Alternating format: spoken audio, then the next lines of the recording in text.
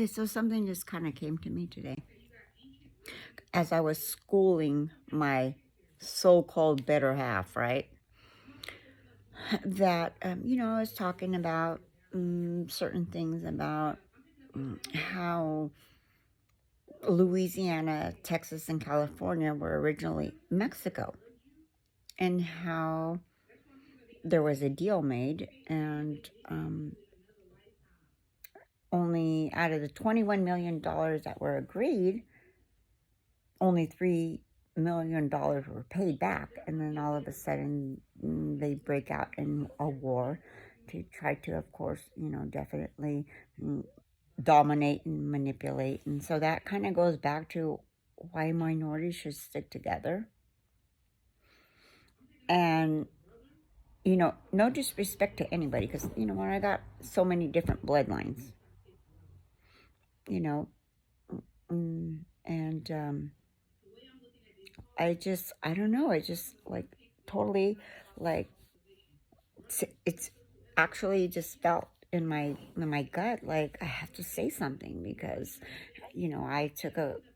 I educate myself, and back in my 20s I took a Mexican American history course, right? Although I'm not accepted 100% by the Hispanic culture, because I'm not 100% Mexican, right? And it's okay, because I've learned to deal with that. First, I used to be hurt, like, oh my gosh, like, my dad was born in Mexico, like, in Aguascalientes. And so, what do you mean I'm not accepted? Like, you know? And so, but yet my Filipino culture always embraced me. And so, I just kind of always been, like, I guess, encouraged by my mom to, like, embrace your whole heritage, okay? And never be embarrassed of your Filipino heritage. And so, of course not. So I just say I have the best of both worlds. However, I have other cultures that I do have in my bloodline, but, I mean, right now that's what I identify as. But anyways, I was just going back to the history that I was talking about, and how American Indians were here first. And however, guess what? I mean, my great-grandmother was American Indian and Mexican.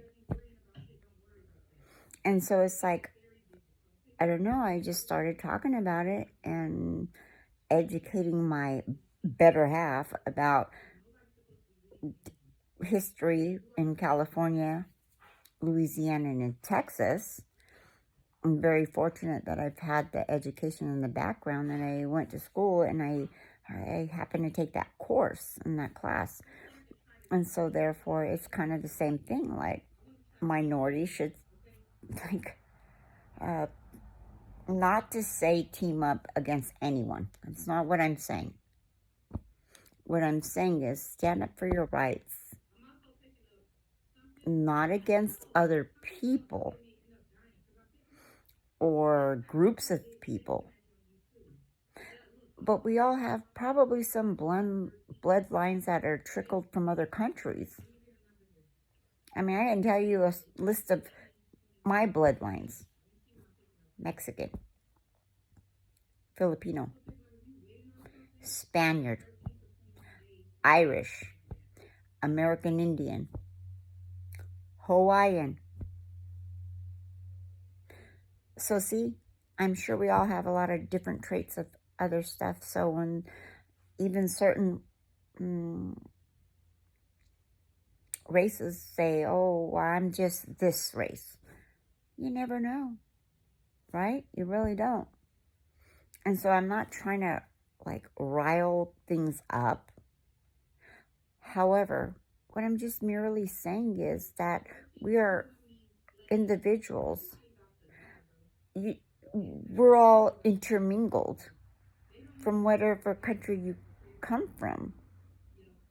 Because when you go to, or say, our ancestors, They traveled from different countries, different places to gather things and explore and bring them back to their own culture and their own families and their own countries to survive. And so I know they intermingled because I do have that's where my Spaniard comes in. So, be open-minded, people. Stick up for your own self because we're all mixed races. We really are, if you really look at it. And so it doesn't matter like what race you are. What matters is how you move forward for your family. Okay? That's my Sunday video.